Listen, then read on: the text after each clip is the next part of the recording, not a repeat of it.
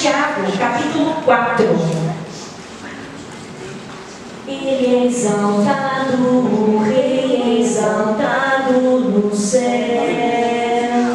Eu louvarei, Ele é exaltado, para sempre exaltado o seu nome.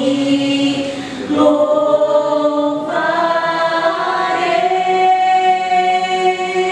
Canta, igreja.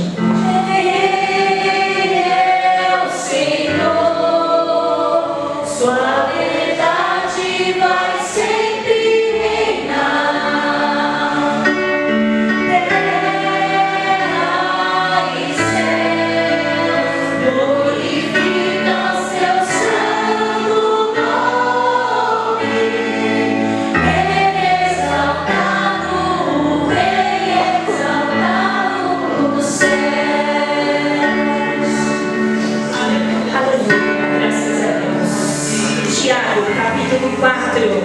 Quem está pronto, diga amém. Amém. O título, na minha tradução, diz assim: devemos resistir às paixões. Versículo 1. De onde vêm as guerras e pelejas entre vós? Porventura não vem disto, a saber, dos vossos deleites que nos vossos membros guerreiam? Cobiçais e nada tendes. Sois invejosos e cobiçosos e nada podeis alcançar. Combateis e guerreais e nada tendes, porque não pedis. Pedis e não recebeis, porque pedis mal, para o gastardes em vossos deleites.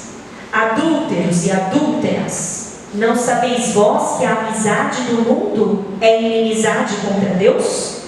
Portanto, qualquer que quiser ser amigo do mundo, constitui-se inimigo de Deus. Ou cuidais vós, que em vão diz a Escritura, o Espírito que em nós habita tem ciúmes? Antes da maior graça, portanto diz, Deus resiste aos soberbos, dá porém graça aos humildes. Sujeitai-vos, pois, a Deus, resisti ao diabo, e ele fugirá de vós. Chegai-vos a Deus, e ele se achegará a vós. Limpai as mãos, pecadores, e vós, de duplo ânimo, purificai o coração. Senti as vossas misérias, e lamentai, e chorai. Converta-se o vosso riso em pranto, e o vosso gozo em tristeza. Humilhai-vos perante o Senhor, e Ele vos exaltará. Amém? Inclina a sua cabeça, vamos orar. Deus querido, Deus maravilhoso, obrigada pela leitura da sua palavra, Senhor. Perdoa, Senhor, os meus pecados, as minhas falhas, Senhor Jesus. Fizemos a leitura agora, Senhor, pedimos ao Teu Espírito Santo que venha ser, meu Deus, o principal condutor dessa palavra. Senhor, eu peço que o Senhor transforme cada um que pisou aqui dentro, cada um, Senhor, que entrou por essas portas, que seja transformado, que seu problema seja resolvido. Nós sabemos que somos limpos pela palavra e nós queremos, Senhor, nessa noite receber a sua palavra sobre nós, que ela tenha poder sobre as nossas enfermidades, que ela tenha poder sobre os nossos problemas, sobre os nossos dilemas, nossas decisões. Aclara, Senhor, a nossa mente nessa noite, em nome do Pai, do Filho e do Espírito Santo. Amém. Fazendo um resumo para quem não acompanhou desde a primeira terça, somente para vocês se localizarem, no capítulo 1 de Tiago, nós apresentamos o livro de Tiago e falamos um pouquinho da personalidade de Tiago, que Tiago tem um temperamento objetivo. Nós vamos ver que a carta de Tiago é objetiva, clara, reta, sem modelos. E esse Tiago que escreveu esse evangelho, ou melhor, esta carta, é o Tiago, irmão de Jesus. Então não foi qualquer Tiago, foi o Tiago que cresceu com Jesus, teve a infância com Jesus, né? Ele conheceu Jesus, ele esperava o Messias, e o Messias estava junto dele, crescendo com ele. Ele não imaginava, e ele só foi descobrir que Jesus era quem era quando ele ressuscitou. né? Então ele viu Jesus ser crucificado e falou: nossa, esse meu irmão realmente, ele estava fora de si, morreu na cruz. Ele não acreditava que aquele homem era o Messias. Mas quando Jesus ressuscitou, Jesus foi aparecer para quem? Para ele. Falou: Tiago, sou eu. Era você o tempo todo e eu não sabia. Sim, irmão de Jesus. E ele pega esse livro e ele consolida todos os ensinamentos de Jesus nessa carta. E ele não faz rodeios com a palavra. Ele não faz rodeio com as expressões, as repreensões. Então a gente aprendeu que ele fala de sabedoria. Sabedoria para viver em meio às provações, né? Vocês vão me ajudando aí a fazer retrospectiva, né? Nós aprendemos que devemos ter sabedoria para vencer as tentações, as provações. Ele ensinou sobre a verdadeira e a falsa sabedoria. Quem lembra dessa terça-feira? Que nós falamos da verdadeira e da falsa sabedoria. Aquela que é terrena, ela é diabólica. E aquela que é celestial, ela é santa, ela é pacífica, ela não briga. Amém? Nós tivemos essa divisão aí. Falamos sobre pobreza e riqueza, que nós fomos gerados pela palavra, portanto nós temos vida com Deus, nós não somos mais criaturas, né? Nós aprendemos também que é melhor ouvir mais e falar menos. Nós aprendemos que Tiago disse isso, né? Ele fala que nós, não é à toa, né, que o Senhor diz para nós que nós vamos ser condenados pelas nossas próprias palavras. E ele fala que a verdadeira religião, Tiago é bem sucinto, ele fala assim: a verdadeira religião é simples, é ajudar o pobre, é ajudar o necessitado, é socorrer a viúva, é socorrer o órfão. Fim. Essa é a verdadeira e pura religião. E Tiago diz assim também, nos outros capítulos, que nós não devemos fazer o quê? Acepção de pessoas. O que é acepção de pessoas? Diferença de pessoas. Até nós falamos aqui como nós trataríamos uma pessoa pobre chegando na igreja com a rasgada e um presidente da república. É natural que alguém fale assim: presidente, senta aqui, você merece a honra. E o pobre, o necessitado, o bêbado, a gente fala: ó, segura ele aí para ele não atrapalhar o culto. É natural, então nós não devemos fazer acepção de pessoas. Tiago estava falando, Tiago falava assim: não oprima o pobre, né? Ajude o pobre. Tiago também falou sobre a verdadeira fé. A fé sem obras é morta. Então ele estava falando, assim como um corpo sem oxigênio não tem vida, assim é a pessoa que diz que tem fé e não tem obras. E na terça-feira passada, enfim, nós falamos sobre os cuidados da língua. Tiago fala assim que se nós conseguimos refrear um cavalo com o freio na boca, nós também devemos conseguir refrear esse membro pequeno que é a nossa língua, porque ela domina todo o nosso corpo. Até aqui, Tiago falou. E hoje a gente vai falar sobre a amizade do mundo e a autorrealização. Então ele começou no versículo 4, falando assim, como sempre, Tiago começa fazendo perguntas. Ele fala assim, ó, de onde vem, depois que ele explicou no capítulo 3 sobre a língua, sobre a verdadeira e falsa sabedoria, ele entra no capítulo 4 falando assim: povo de Jerusalém, de onde vêm as contendas e as guerras que existem entre vocês? Essa guerra, Tiago não está falando da guerra da Ucrânia, Tiago não está falando dessas guerras que nós temos conhecimento, ele está falando das guerras interiores. Então ele, em outra tradução, que diz assim até: de onde vêm todas as guerras e conflitos que assolam o mundo? Vocês acham que acontecem sem razão? Pensem, as guerras acontecem porque vocês exigem assim: é do meu jeito ou nada feito. E para terem o que eu quero, lutam com unhas e dentes. Essa é a outra tradução. E por essa descrição, Tiago deixa bem nítido o que estava acontecendo naquele ambiente. Aquele ambiente não era um ambiente de paz. A comunidade para a qual Tiago estava falando não era um ambiente de paz. Assim como na igreja de Corinto, ali havia guerra, ali havia divisão, ali havia dissensão e contenda por pequenas coisas. E eles produziam frutos não maduros e saudáveis, mas eles produziam frutos podres. Produziam invejas e brigas. pode se estender a nós também. Essa pergunta que ele fala, de onde vêm as guerras e pelejas entre vós?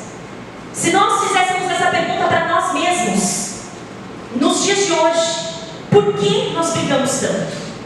E por tantas coisas, né? Nós podemos olhar exemplos de família. Nunca se viu tanta família quando nós ligamos a TV.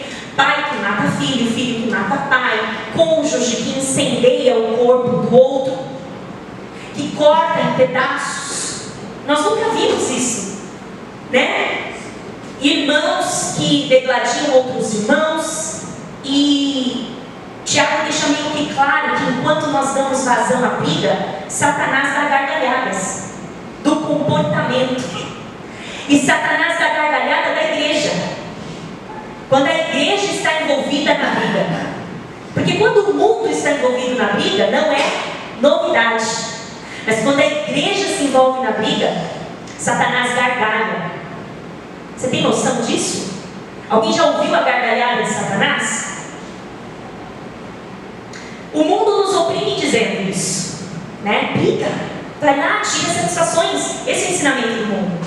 O que o mundo diz? Se o fulano te prejudicou, prejudique também. Se o fulano chegou atrasado num evento que você proporcionou, quando ele fizer o evento, chegue atrasado também.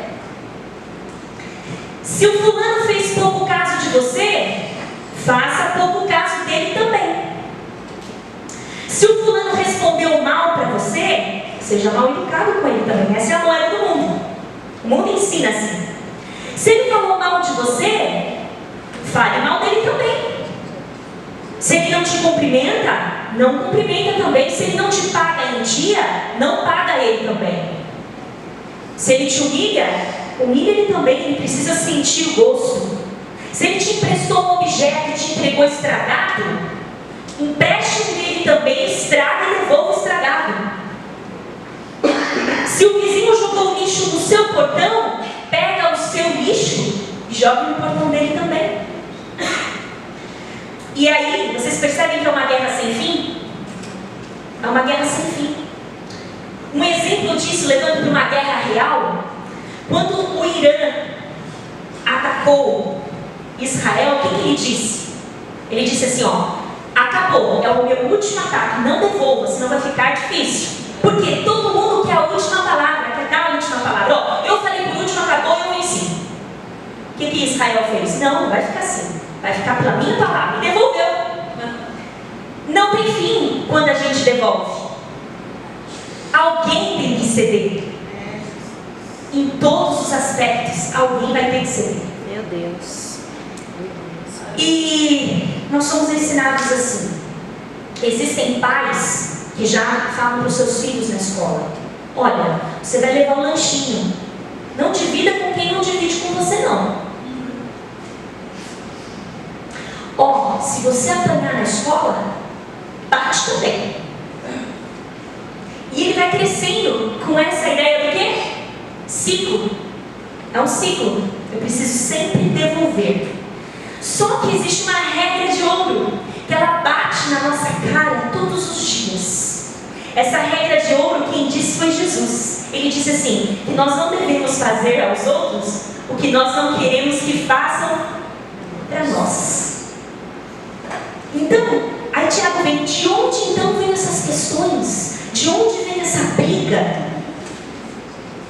Por que muitas vezes nós nos comportamos mais como joios do que trigo? Por quê?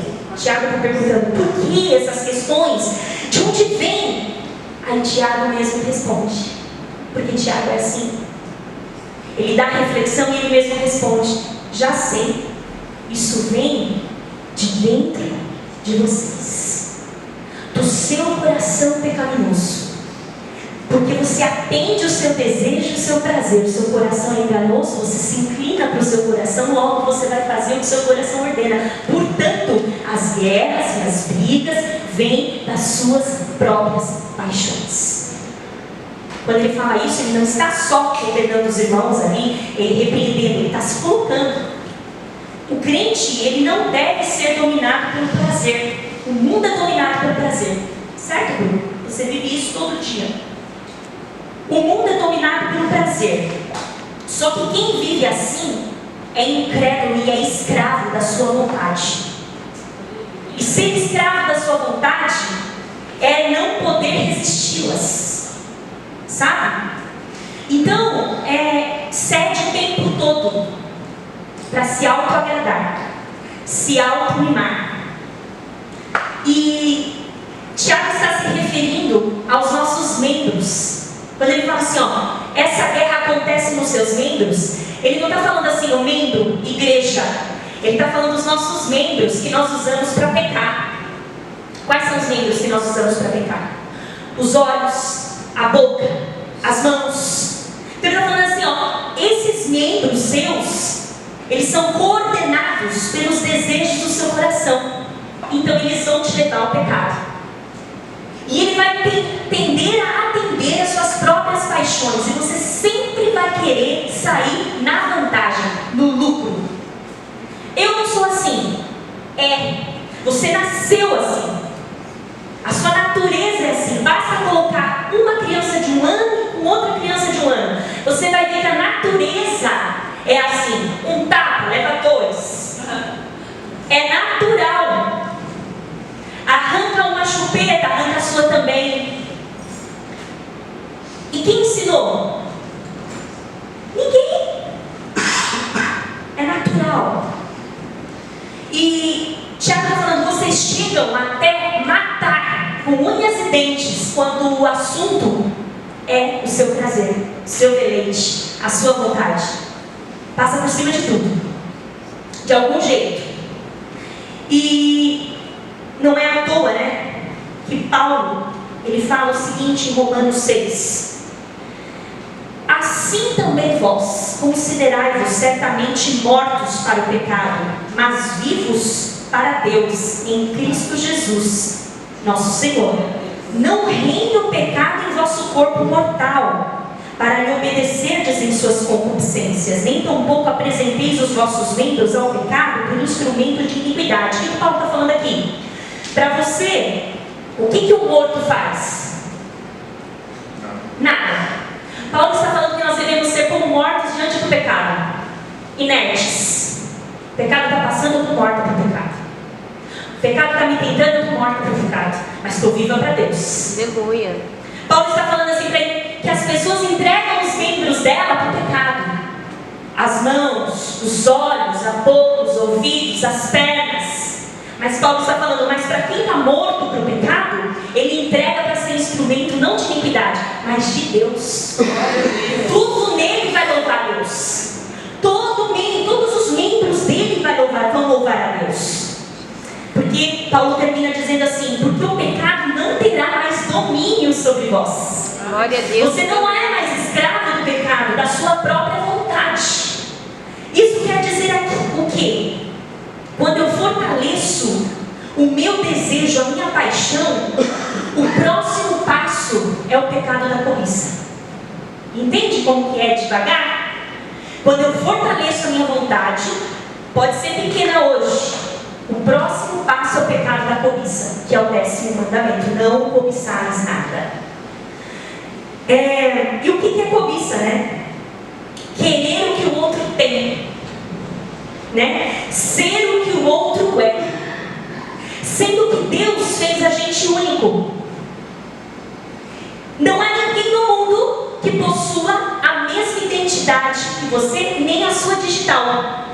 Já pensou? Ninguém no mundo tem a digital igual a sua. Deus te fez assim, único. Só que quando eu fortaleço as minhas paixões, eu não valorizo essa identidade que Deus me deu. Eu não valorizo. E aí eu sou levada a cobiçar o que o outro tem. Eu não dou valor ao que eu tenho. Eu começo a cobiçar o que o outro tem. Eu começo a alimentar um sentimento de inveja e uma comparação tóxica. Uma comparação tóxica. Eu começo a achar que eu mereço mais do que o outro. Quem aqui já pensou isso? Ninguém.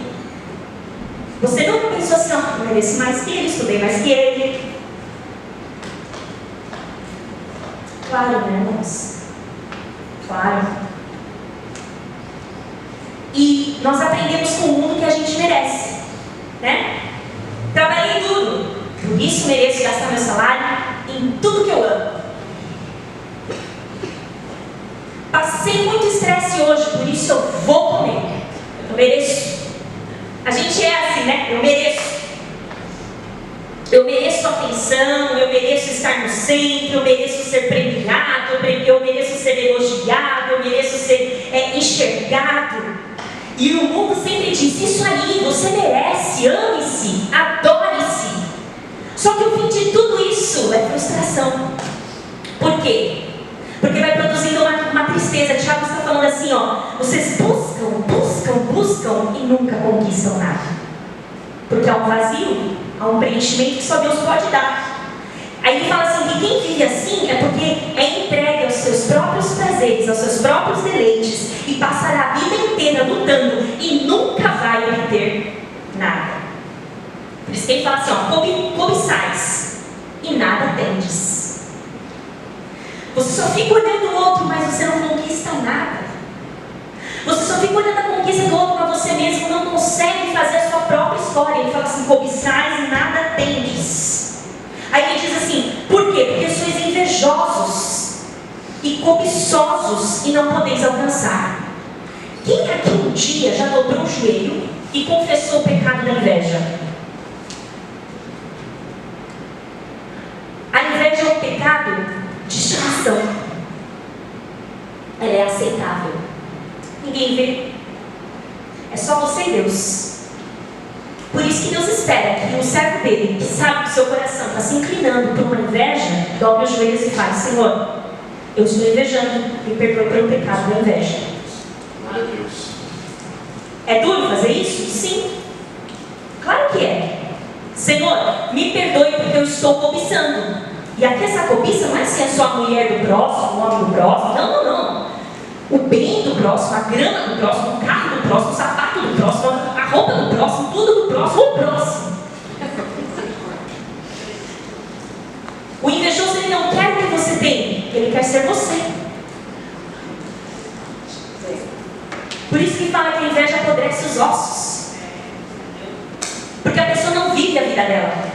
Ela vive olhando, cobiçando. Por isso que Tiago está falando, cobiçais e nada tendes. Porque você passa o tempo todo cobiçando, olhando, observando. Normalmente essas pessoas não consultam o Senhor para nada. Não entregam seus empreendimentos ao Senhor, não entregam o coração ao Senhor, não entregam as emoções ao Senhor. A tendência é seguir as inclinações do seu coração, e o seu coração tem visões limitadas, erradas, carnais. E aonde tudo isso vai acabar? Quando essas guerras vão acabar? Somente quando Jesus voltar, porque aí vai fazer a separação, o joio do trigo. O que Jesus falou? Deixa crescer junto. Por isso que hoje a gente olha e fala assim, todo mundo é crente, todo mundo é bonito. Jesus pediu para ser assim. Só que naquele grande dia vai ser um dia de surpresa. Porque Jesus vai falar, você não é trigo, você é joio. Não, mas eu congreguei, eu fui dizimista, eu cresci junto da igreja, eu cantei no grupo. Joio, trigo, joio. E essa colheita é só o Senhor que sabe fazer. Por quê? Porque eles são iguais. Externamente eles são iguais. Vocês estão entendendo a seriedade disso? Glória a Deus, aleluia, Senhor. E aí ele fala assim, combateis. Vocês vivem brigando com vocês mesmos. Aí ele fala assim, guerreais, nada tendes, porque não pedis. Espera aí, Senhor, eu tenho pedido. Pedis e não recebeis. Por quê? Porque você pede mal. Então vocês entenderam o que é pedir mal? Ele está falando aqui, ó. Em resumo, o Tiago está falando assim, ó. É muito difícil, quase impossível, Deus atender a oração de um coração egoísta. Muito difícil. O que é um coração egoísta? Ele pede as bênçãos, ele se dirige a Deus, mas pede coisas fúteis para gastar no seu próprio desejo e paixão. O Tiago está falando, vocês pedem vocês. E essas orações não são respondidas porque, se elas fossem respondidas, vocês iam usar mais ainda os pecados por vocês, instrumento de vocês. E ele fala assim, que a estas orações Deus não responde. Que orações são essas? São pedidos infantis, que só enxergam aqui e o agora. Sabe pedidos que falam assim? Já viu uma criança pedindo? Ela é levada pela emoção. Ela quer aqui, agora. Esse é o pedido infantil. Tiago está comparando o crente com essa criança. Que bate o pé, que franze a testa e que fala, Senhor, eu quero agora.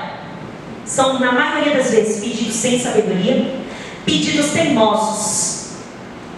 Pedidos até que dizem assim, Senhor, se o Senhor não me atender, nunca mais eu prego. Se o Senhor não me atender, nunca mais eu devo um dízimo. Se o Senhor não me atender, nunca mais eu canto. Nunca mais eu volto na igreja. Deus não ouve.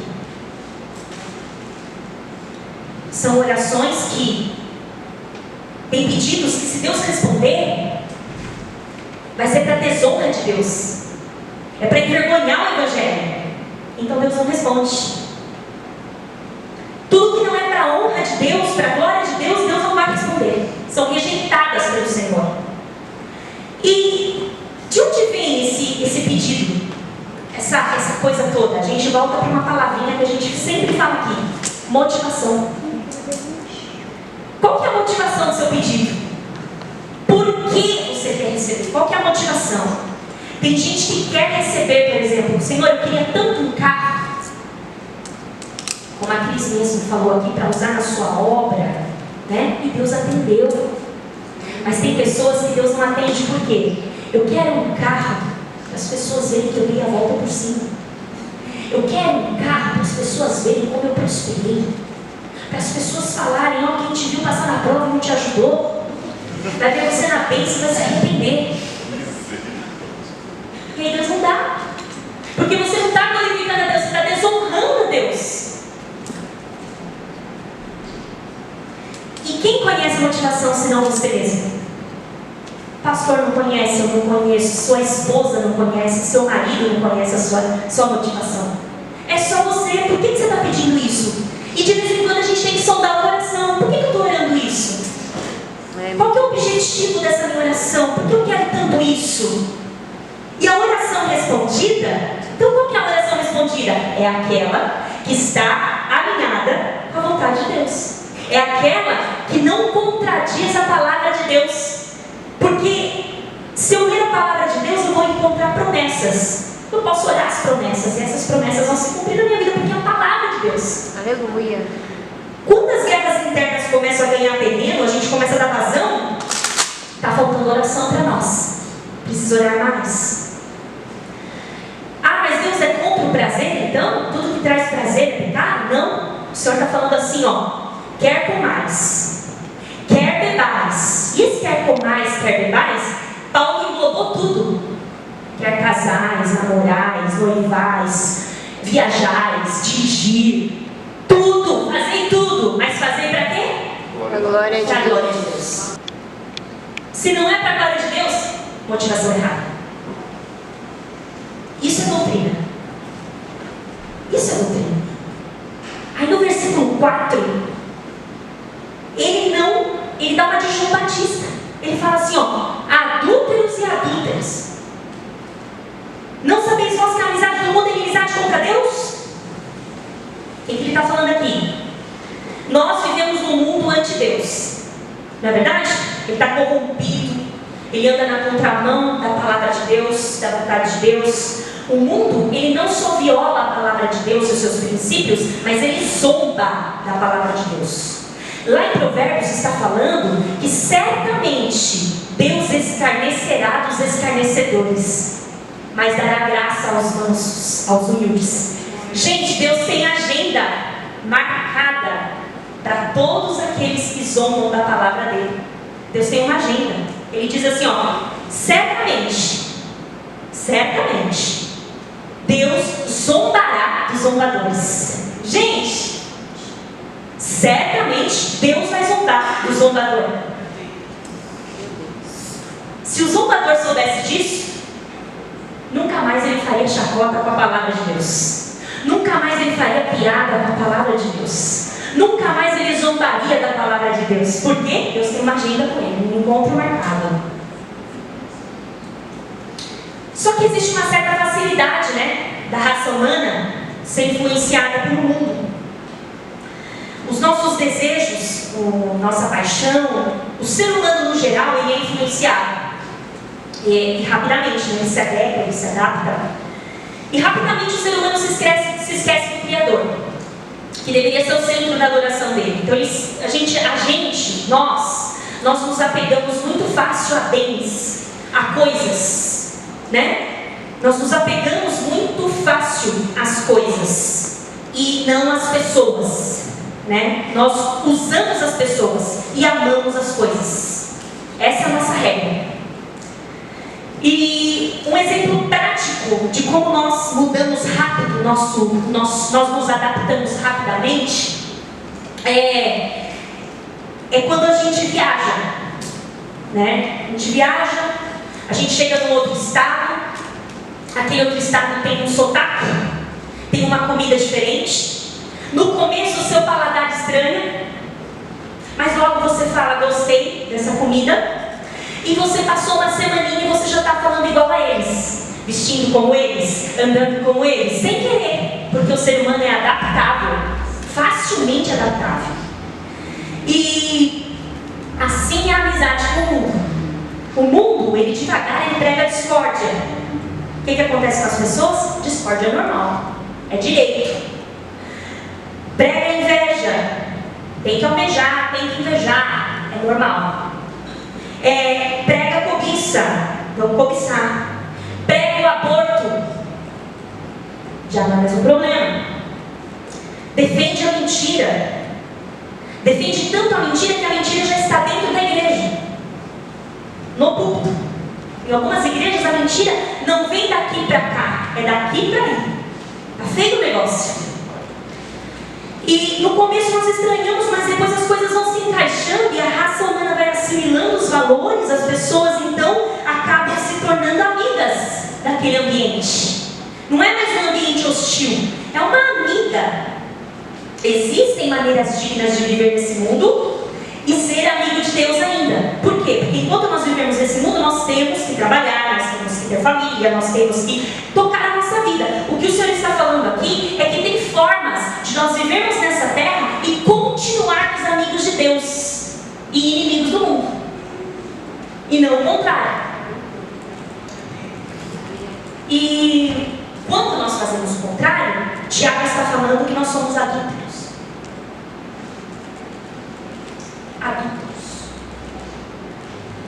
A amizade com o mundo ela é gradual. O que é gradual? Devagar. Então a Bíblia vai contar como ela funciona.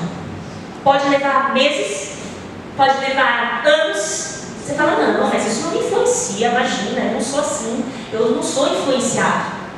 Quantos nós ouvimos falar nisso? E hoje são influenciados.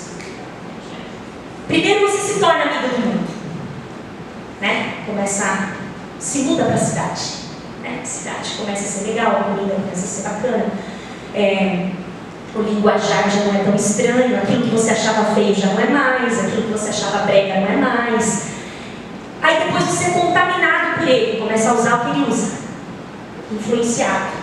Depois, João diz que você começa a amá-lo. Depois, Paulo vai dizer que você vai se conformar com ele. Por isso que ele fala, não se conforme com o mundo, você vai pegar a forma do mundo. E por último, bem feliz, Paulo diz, e aí você vai ser condenada com ele. Esse é o passo a passo da amizade com o mundo. Meu Deus. Primeiro eu sou amigo, depois eu sou influenciado, depois eu amo, depois eu me conformo, de forma que quando alguém olhar, não sabe diferenciar quem é de Deus e quem não é.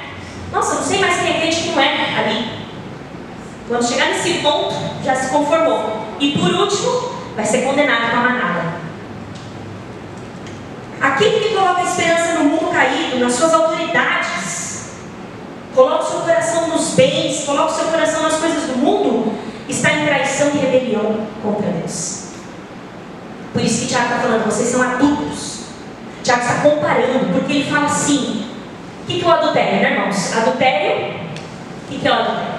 Traição. Entre quem? Jovens? Solteiros?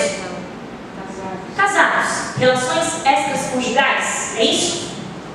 O que acontece? No âmbito espiritual, Tiago está falando aqui.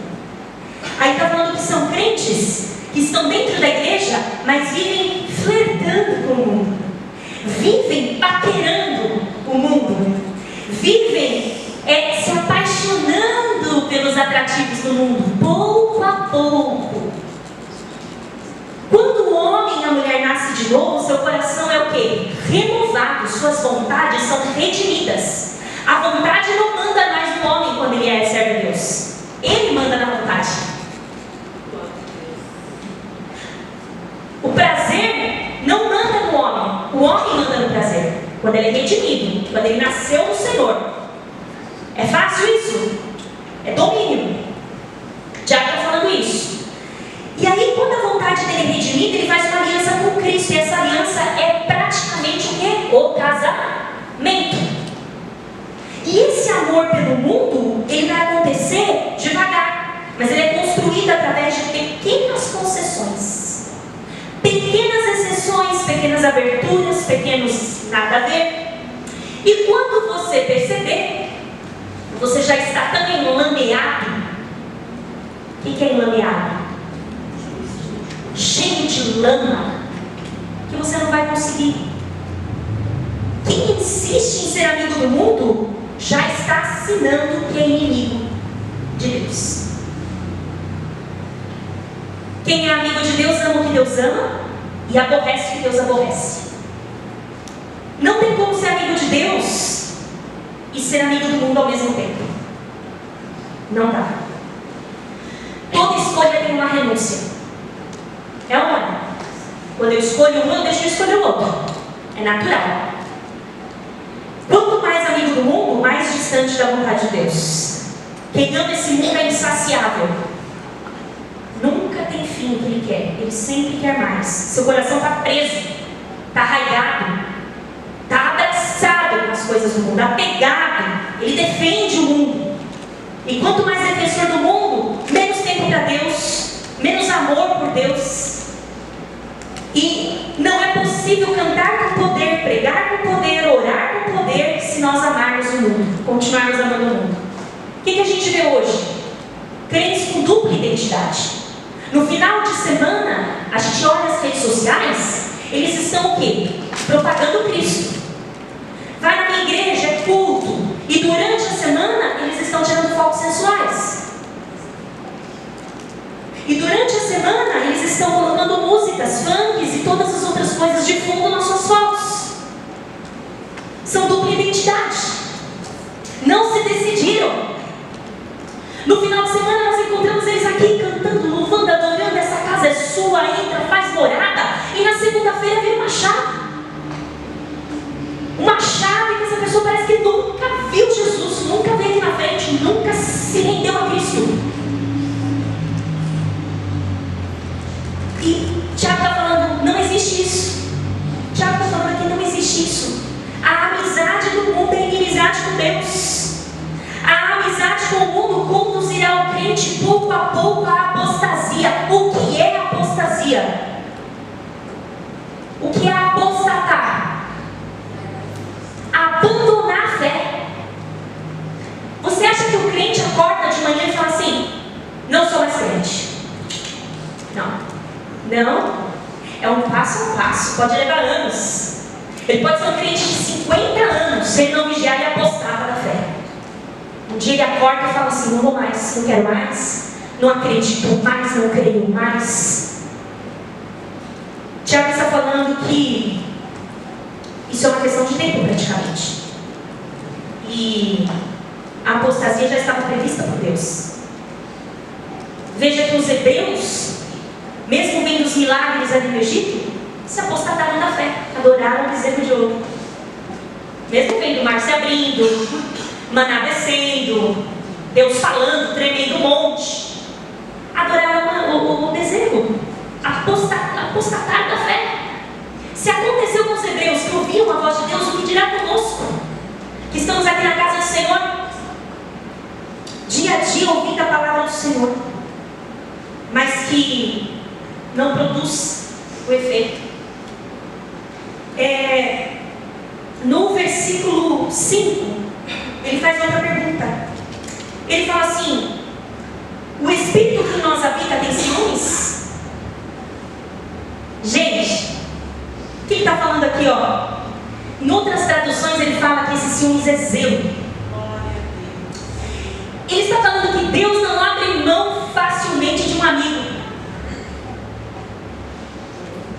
Ser amigo de Deus é ter certeza que nunca vai ser abandonado, porque tem zelo, tem cuidado, tem ciúmes. Deus tem ciúmes. Deus não aceita rivais quando se trata do seu povo. Deus, Ele quer a gente por completo, Ele está disposto a nos ajudar, mas para isso eu preciso ter a humildade de querer ser amigo de Deus. Deus não tolera segundo relacionamento. Ele não tolera. Assim como um marido casou-se com a sua esposa e ali houve um voto de fidelidade, Deus quer um voto de fidelidade com o seu povo. Assim como o marido que tem aquele voto de fidelidade, ele não vai se alegrar de olhar e falar: olá, minha esposa de mão dada com outro homem. E ela vai falar: é o meu amigo. Você vai tolerar? Homens aqui da igreja, vocês vão tolerar? Não. Deus não tolera. Deus não tolera. Mulheres, vocês tolerariam? Não. Nossa, as mulheres... Tá gravando, hein, gente? Não. Quem não De fica, jeito fala que nenhum. só uma. Mulheres, vocês tolerariam? Não. Assim como o homem não tolera um segundo relacionamento na sua vista, Deus não tolera um segundo relacionamento. Assim como o marido quer exclusividade, a esposa quer exclusividade, Deus quer exclusividade. Ele é ciumento, mas não é o ciúme que o mundo tem, natureza pecaminosa. Ele é cuidadoso, ele é zeloso, ele quer manter, o Espírito Santo quer manter o relacionamento saudável entre Deus e o homem. Então ele cuida excessivamente, cuidando. E aí, ele no versículo 6 diz assim, ó: antes da maior graça. O que Tiago está falando aqui? Essa graça concedida por Deus, Ele dá para apenas para um povo seleto. Essa graça é derramada apenas para um povo seleto.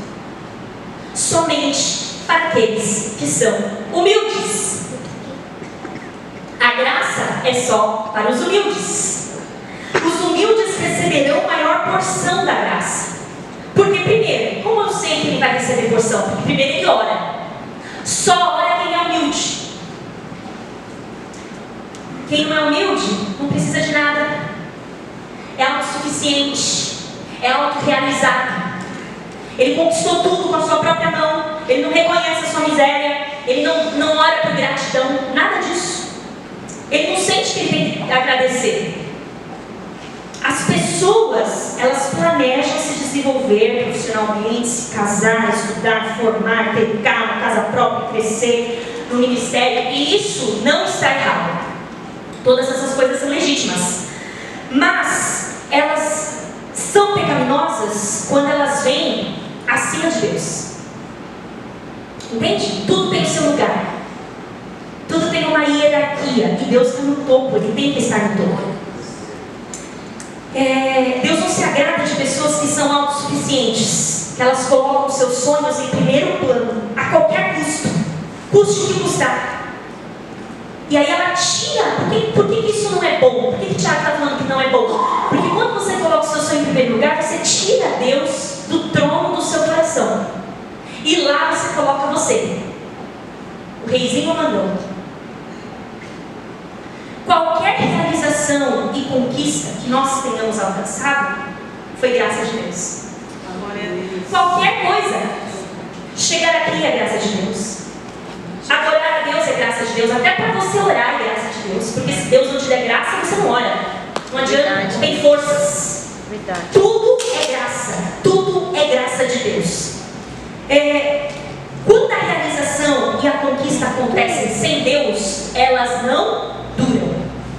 E se duram, não são satisfatórias. E se não são satisfatórias, não trazem alegria.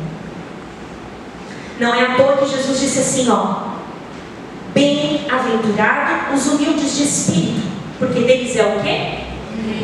Já tem um lugar para humilde.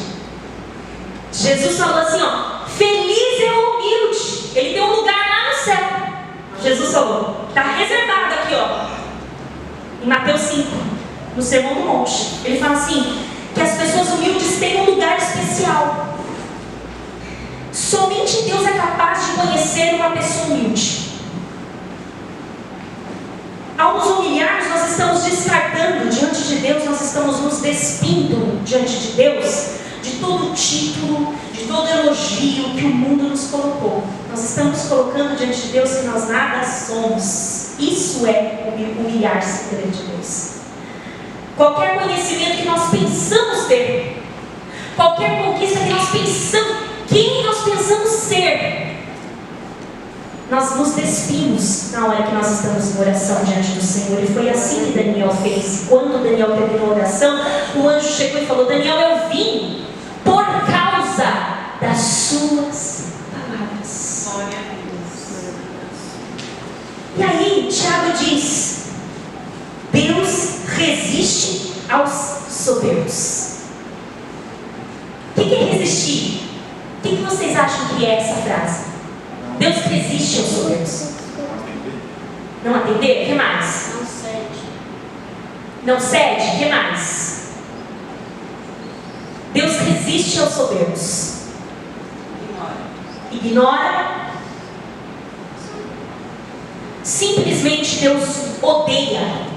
Quando Deus resiste, não é só que Deus ignora. Deus se opõe e luta contra o soberbo. Gente, lutar contra Deus. Ser soberbo é lutar contra Deus. Aqui está falando, Tiago está sendo bem claro. Deus resiste ao soberbo. A tradução quer dizer, Deus se opõe ao soberbo. Deus luta contra o soberbo. Deus batalha contra o soberbo. Então o soberbo não tem vez com Deus. Deus entra em guerra com todo olhar altivo.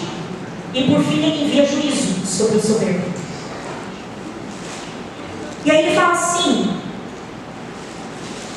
sujeitai-vos, pois, a Deus, resistir ao diabo, e ele fugirá de nós. Sujeitar a Deus é estar aberto para obedecer a palavra de Deus. É entender que tudo que você deve fazer está na palavra de Deus. Não há nada que não esteja aqui, que está na boca de algum profeta, que você não sabe o que você precisa fazer. Não tem. Tudo que você precisa fazer está aqui. Não tem algo extraordinário que você tem que esperar alguém aparecer para dizer assim, o seu propósito é esse, o seu chamado é esse. Tudo que você precisa saber já está aqui. Não tem uma orientação extra. Deus pode te dar direções?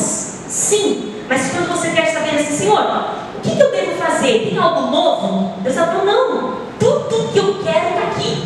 Já está aqui consolidado, livro a livro. E quando você se sujeita a isso, você está recebendo essa orientação de Deus. Tudo que não está aqui, tudo que é duvidoso, tudo que você não encontrou aqui, tudo que você recebeu e não viu aqui, não é para seguir. Amém? Amém. Tudo que alguém olhou para você e disse uma coisa estranha, e você foi procurar, não achou, não estava aqui. Era uma orientação extra. E nós estamos, por que muitas igrejas estão abrindo outras igrejas e outras igrejas? Muitas orientações extras. Todo mundo achando que tem algo novo para descobrir. Todo mundo achando que tem algo novo a ser revelado. Mas Deus já disse assim, a minha palavra limpa, a minha palavra cura, a minha palavra dá direção, a minha palavra dá faz arrependimento acontecer. A minha palavra traz revelações. A minha palavra dá condições de você tomar decisões. A minha palavra é suficiente. Glória a Deus, aleluia. E ele fala assim: resiste ao diabo. Resistir, na verdade, aqui quando o verbo está assim, ó, resistir, não é um pedido, é uma ordem. Assim como o diabo foi resistido por Cristo no deserto, né? Como que Jesus resistiu o diabo? A palavra. E o diabo, o que aconteceu? Fugiu. Só se tem poder para resistir ao diabo se estiver sujeito à palavra. Entendeu? Não tem como resistir ao diabo porque você é forte, porque você assistiu meia dúzia de cultos, porque você só abre a Bíblia no domingo. Não tem como resistir ao diabo. Tem irmãos que levam a Bíblia para passear. Leva para o trabalho, não lê. Leva na bolsa, não lê. A Bíblia passeia a semana inteira. Vai para São Paulo, volta, anda de ônibus, anda de metrô. Aí ele só vai abrir a Bíblia no domingo, que é o dia que ele vem para a igreja. Ele tem condições de resistir ao diabo? Quando ele começar a falar o primeiro versículo para o diabo, ele vai falar: só um minutinho, deixa eu abrir aqui um Salmo 91, vamos ver que versículo que está escrito isso. Jesus não. Nem só de pão viverá o homem, assim diz a palavra de Deus. Adorarei somente ao Senhor meu Deus, e só a Ele prestarei culto. Afasta-te de mim, Satanás. Ceder às tentações não é resistir, né? Quando cai na tentação, você não resistiu, você caiu. Só que ir ao encontro do diabo sem estar preparado também é perecer, né? Tem gente que fala: não tenho medo do diabo. O diabo eu enfrento, se aparecer eu enfrento. Não é assim. O segredo para resistir tem um segredo, tem uma orientação vinda de Deus. Ele fala que a gente precisa vestir uma roupa especial para vencer o diabo. E que roupa é essa? A armadura de Deus. Aí eu vou lá, a armadura de Deus ela é completa. Aí eu vou lá, coloco a couraça, mas vou sem capacete. Estou com capacete, mas vou sem os sapatos. Eu nunca estou completo. Por quê? Porque eu não me aperfeiçoo, não levo a sério. E aí eu não resisto ao diabo, e o diabo não foge. A Bíblia fala que ele fugirá de mim se eu resistir ele. E resistir, como nós já vimos aqui, quando Deus fala eu resisto aos soberbos, é lutar contra, é batalhar, é se opor. Quando nós resistimos às tentações do diabo, nós trancamos a porta da tentação. Não há meio termo com o diabo. E aí a Bíblia fala assim, ó: não ignorais os ardis de Satanás. Tem gente que fala assim, ó: os dois extremos Satanás gosta.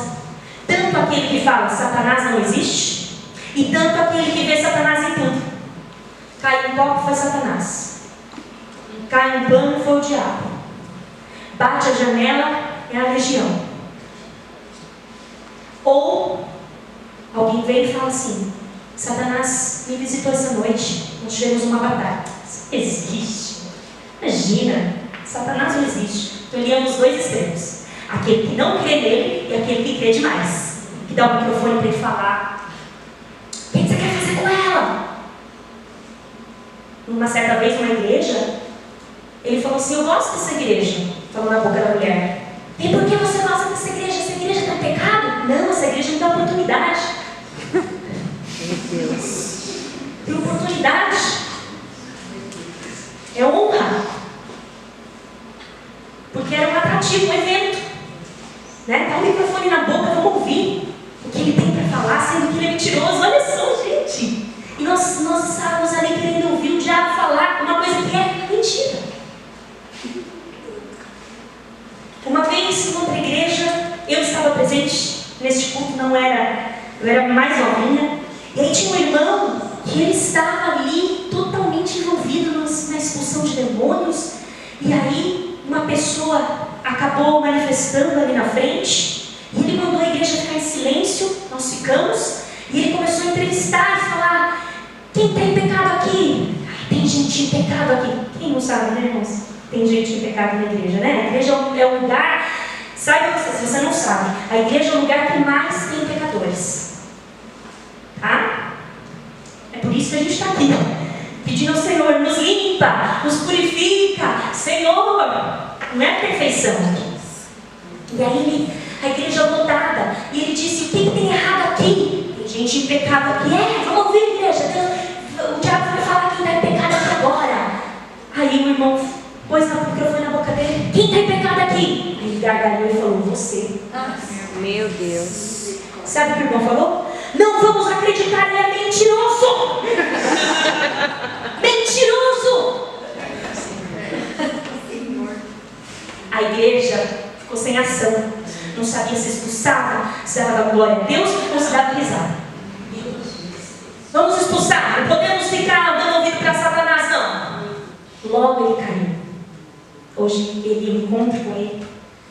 Vive na bebedeira, no álcool. Era salgado, né? E ele tinha esse costume de querer expor pessoas da igreja. Então, ele estava querendo mesmo que o diabo apontasse alguém. E o próprio Deus fez o diabo apontar ele. E aquele dia o culto acabou mais cedo, né? Acabou mais cedo, não tinha clima mais, que o diabo era mentiroso. E aí também acabou essa história, né? De cara, vai que, né? O diabo é tão mentiroso que revela lá onde eu estou. E enfim, quando Deus fala isso pra gente, não ignorar os seus ardis de Satanás, é justamente descobrir quem ele é e pode se transformar em anjo de luz. Ele pode pregar, ele pode falar a verdade, sim, ele pode revelar, ele pode dizer coisas, ele pode aparecer em forma de pessoas que já morreram e essas pessoas acharem que foi essa pessoa mesmo que Deus levou e veio conversar com elas, e essas pessoas foram enviadas. Dias desses, hoje nós estávamos comentando sobre isso, não sei se vocês viram, um pastor, ele revela uma mulher que perdeu o filho. E sabe o que ele diz para ela? Deus está assim, ou melhor, o seu filho está incorporando em mim agora. Meu Deus do céu. Sim. Tem mais de não sei quantas visualizações. Me abraça, mãe. A mulher em prantos, porque o filho morreu num acidente. Me abraça, mãe, eu estou num bom lugar. Eu te amo, mãe, não disse isso para você. E a igreja, glória a Deus, aleluia, não sei o que, irmãos. Irmãos, por isso que quanto mais nós desprezarmos as escrituras, mais nós vamos aplaudir esse tipo de coisa, tá? Mais nós vamos aplaudir. Quando eu venho para cá nas terças-feiras, eu falo: Senhor, que a palavra transforme a igreja, que a palavra ame estar aqui, que a palavra faça o irmão e a irmã amar, ouvir a verdade, para que ele venha mais vezes, para que ele traga mais pessoas, para que ele seja transformado, para que ele seja curado. Por quê? Porque a gente está pregando que a palavra transforma, Senhor. Então transforma essas pessoas que querem entrar nessa porta. Essa é a oração de terça que eu faço.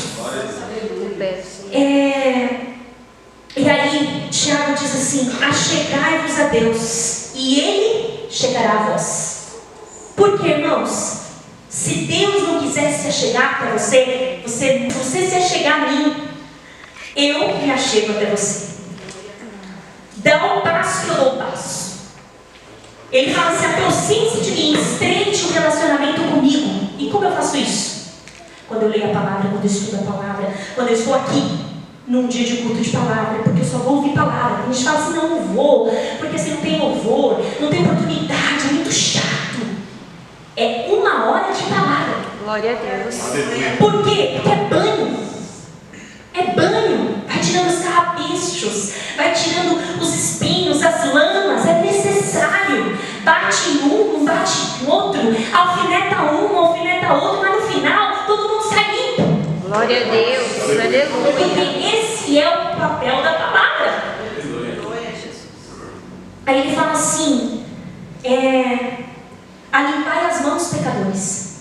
O que é isso? Quando o sacerdote adentrava no tabernáculo, ele precisava o quê? Lavar as mãos.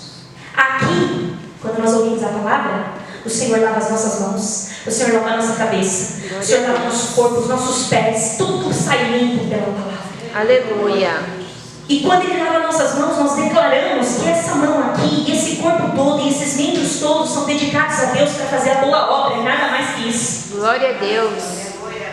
E aí Ele fala assim: voz de duplo ânimo, purificai o coração. Quem é duplo ânimo? Algumas Bíblias vão falar ânimo dobre. O que é isso? Voz de duplo ânimo é uma pessoa que é indecisa. Hoje ela é 100% crente, amanhã ela é 100% do mundo. Hoje ela quer 100% fazer a obra, amanhã não me coloca em nome nenhum, não me coloca na escala, não quero nada.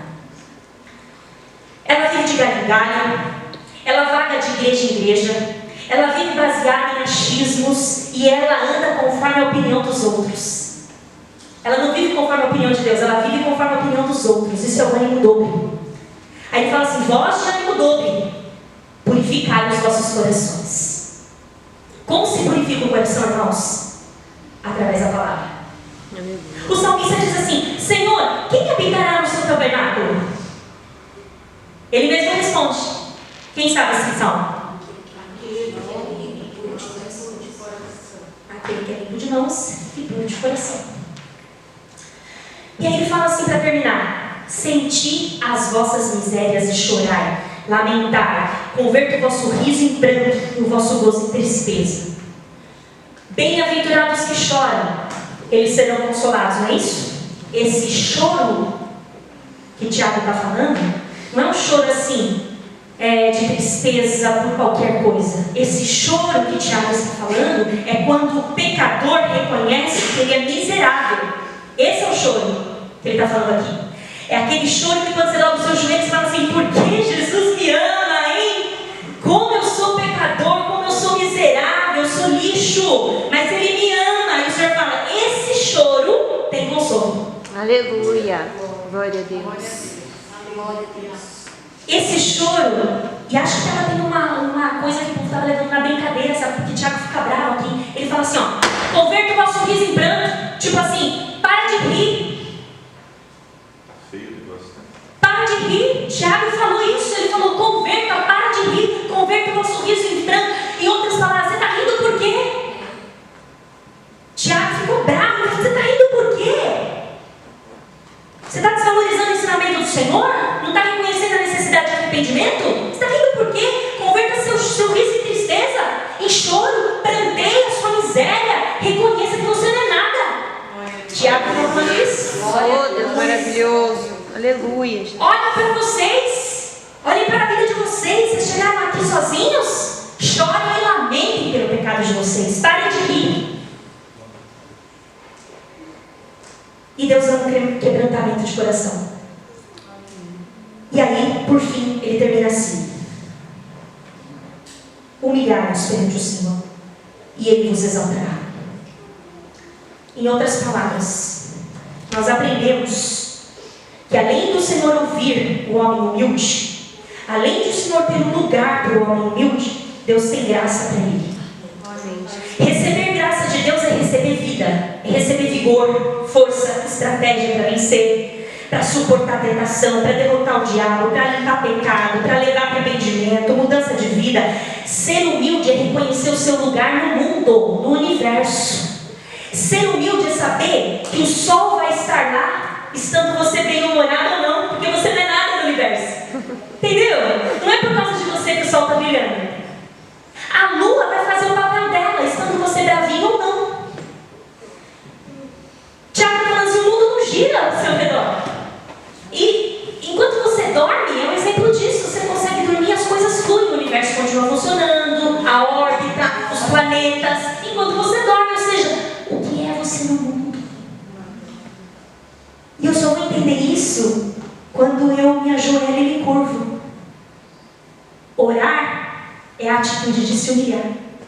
Quando você ora, você está falando assim: Senhor, eu conheço que esse dia foi preparado pelo Senhor. Esse universo foi preparado pelo Senhor. Eu não sou nada. Um exemplo que nós não somos nada. O Senhor nos chamou de lombriguinha. Não temeis vermezinhos de Jacó. Você pensa que vermezinho é o quê? Uma lombriguinha. O Senhor está falando: olha o tamanho que você é, ó. Não temeis. É carinhoso de dizer assim: eu sou Deus, você é criatura. Não temas. Oh, glória a Deus. Nós somos menores que uma formiga, uma lombriguinha, um vermezinho.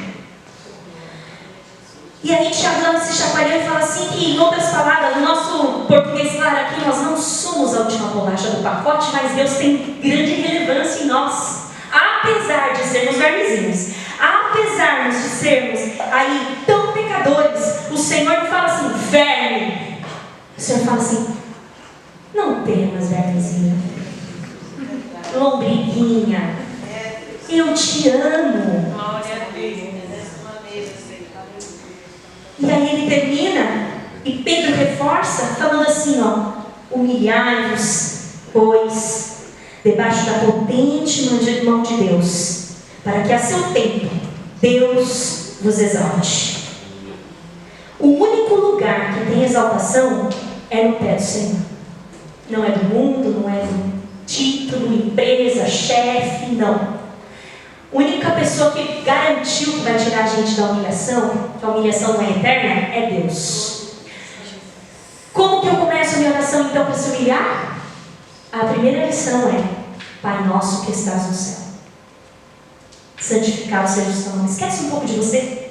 Humilhar-se é esquecer um pouco de você. Esquece um pouco de você. Tenta ver você na realidade. Fecha o olho. Imagina você e o universo. Qual é o seu tamanho e qual é o tamanho do universo? Os psiquiatras dizem que essa é a contemplação que a gente tem que fazer para ter vida saudável mental. Mas Jesus já explicava isso e falava: isso é humilhação. Quando você se humilha, você mostra que você é dependente, que Deus te criou, que Deus manda em você, que você é um vermezinho obediente, que Deus vai te colocar no caminho, que Deus vai preparar tudo para você, que tudo vai acontecer conforme Deus vai providenciar. E Ele é amoroso e prudente com você, e cuidadoso. Sem humildade, você não consegue os outros dons, as outras virtudes. Ela é a melhor e maior virtude que nós podemos ter. Através da humildade eu vou ter amor, eu vou ter paciência, eu vou ter prudência, eu vou ter bondade. Sem humildade eu não tenho nada disso, porque primeiro eu preciso me prostrar e falar: Senhor, eis aqui um pecador. E eu termino com a frase de Paulo, né? O Senhor veio para salvar os pecadores, dos quais eu sou o principal. Paulo me falou isso. Amém? Amém. Que possamos nos humilhar, irmãos. É a chave da vitória. Amém?